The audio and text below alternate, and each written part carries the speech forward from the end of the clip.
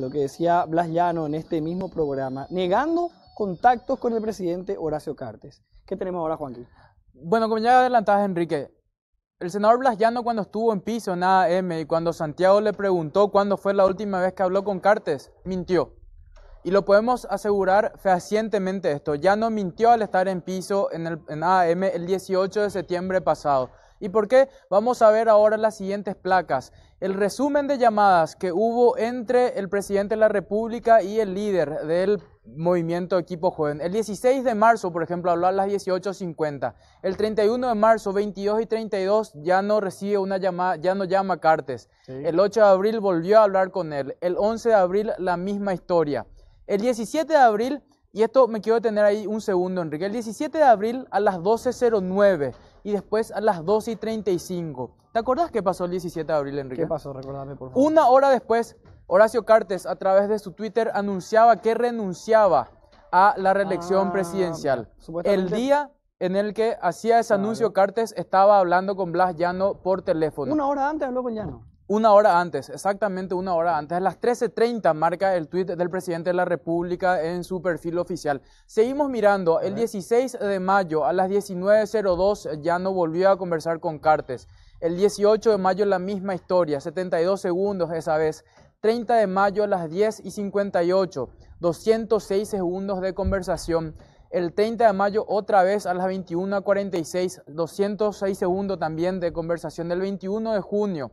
El 5 de julio a la noche, ya a las 21:07, otra llamada. El 30 de julio, el Día del Amigo, también hubo una llamada entre amigos Llano. son los amigos. Exactamente. A las 16:36, el 7 de abril a las 9 de la mañana.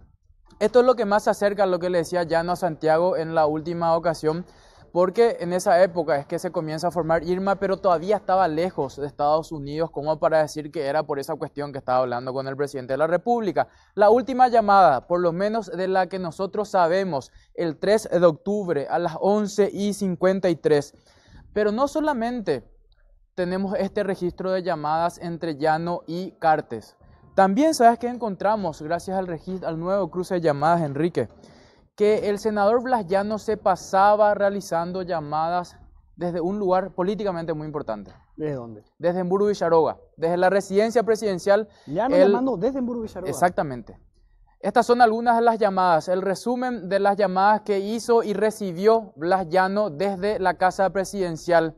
Le llamaron, por ejemplo, Milciades Duré, fue uno de los que le llamó a Enzo Cardoso. Llegó a hablar, por ejemplo, con José Enrique García Ábalos, también en una ocasión el mismísimo Contralor General de la República. En la siguiente placa vamos a tener el detalle de con quiénes habló Blas Llano mientras se encontraba en la residencia presidencial. Y ustedes verán, Edgar Ortiz, como ya les adelantaba, también está, entre otros, Blas Lanzoni, Sergio Rojas, el diputado. Las celdas de las comunicaciones permiten identificar el lugar en el que se encontraba Blas Llano. Y estas llamadas a quienes fueron sus principales operadores en Cámara de Diputados, por ejemplo, fueron realizadas desde Emburu Villarroga por Blas Llano. En momentos claves. En momentos claves.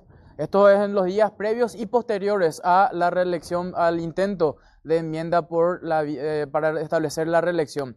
También recordarán ustedes, Enrique, vos estabas trabajando en la radio cuando llamó el senador Carlos Amarilla a decir que había recibido una amenaza. Cosa que se negó, por cierto. Exactamente.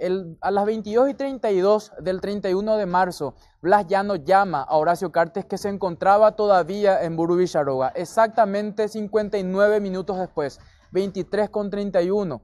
Se da la llamada entre Blas Llano con Carlos Amarilla. Esto revela que por lo menos la llamada de Llano a Carlos Amarilla existió, y existió también, de hecho, en el horario exacto del que hacía referencia el senador Amarilla cuando hacía pública su denuncia de las supuestas amenazas. Segundo después hablamos con Carlos Amarilla en la radio. Él decía, me acaba de amenazar Blas Llano, nos dijo que iba a atropellar todo lo que hay, bla, bla, bla, bla. Pero sin embargo, para la Fiscalía esto es morbo. Y Santi, una cuestión. Carlos Amarilla dice, me acaba de amenazar Blas Llano. Unas horas después, creo que 2 horas después, se da el atraco al PLRA. Una hora después. Una hora después. O sea, y con este elemento que es científico, se confirma que la llamada al menos existió.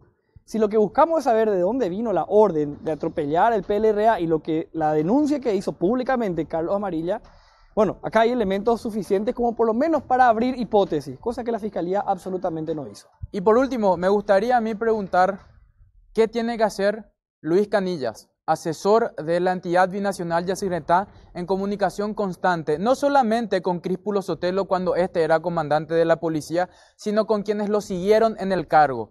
Desde marzo hasta octubre, 327 llamadas se registraron entre el número del asesor y amigo del presidente de la República, Luis Canillas, y el número registrado a nombre del comandante de la policía. Estamos hablando de un número que se le asigna a quien ocupe ese cargo. ¿Por qué tantas llamadas? En particular, abril, atención a esa placa que estamos mostrando. 94 llamadas a partir del momento en el que, 1 de abril, recordemos, claro, 1 o 2 días después del atropello al PLRA, se lo destituye a Críspulo Sotelo y entra un nuevo comandante. Las llamadas siguieron, nunca pararon. Él decía que lo llamaba por una cuestión el 31 de marzo para pedir que Oscar y Menchi bajen en los decibeles durante la transmisión, y Oscar y Menchi ya ni siquiera estaban al aire. Juan Carlos, y a partir de ahora esto. Solo para aclarar, cuando dice las llamadas arriba, entre Canillas, no es y Fidencio Rivas, es entre Canillas y Luis Rojas realmente. Claro, entre Canillas y el número asignado al comandante de la policía. Primero fue Críspulo Sotelo, después fue Luis Rojas. Es el número asignado a quien ocupe el cargo de comandante de la policía. Porque como arriba dice Fidencio Rivas, sí, entonces solo quería hacer esa aclaración. Haciendo la salvedad, exactamente. 327 llamadas. Son llamadas realmente de Luis Canillas al comandante de turno. Exactamente. Críspulo Sotelo en su momento y después con el cambio. Exactamente, así mismo. Bueno, Juan Carlos, excelente trabajo, la verdad, de todo el equipo periodístico de AM, y quiero destacarlo porque de alguna manera estas horas que le han dedicado a todo este trabajo, a este cruzamiento con los episodios que se dieron, y llegar a conclusiones de momentos como cuando un presidente del Congreso dice que iba a convocar al fiscal general del Estado, quien entra directamente en acción para evitar que la Fiscalía haga algo llamando al propio fiscal general, o que Blas Llano nos haya mentido diciéndonos aquí que no hablaba más de 4 meses hacía con el presidente de la República, pero sin embargo tenía comunicación frecuente, incluso desde Mburubicharoga, con sus legisladores que operaban a favor de la enmienda constitucional, nos muestra que la realidad es absolutamente otra. Y estas más de 84.900 comunicaciones a las cuales ha accedido el equipo periodístico de AM son las que la propia Fiscalía se encargó de evitar que fueran parte de la investigación. A partir de ahora, la pregunta que lanzamos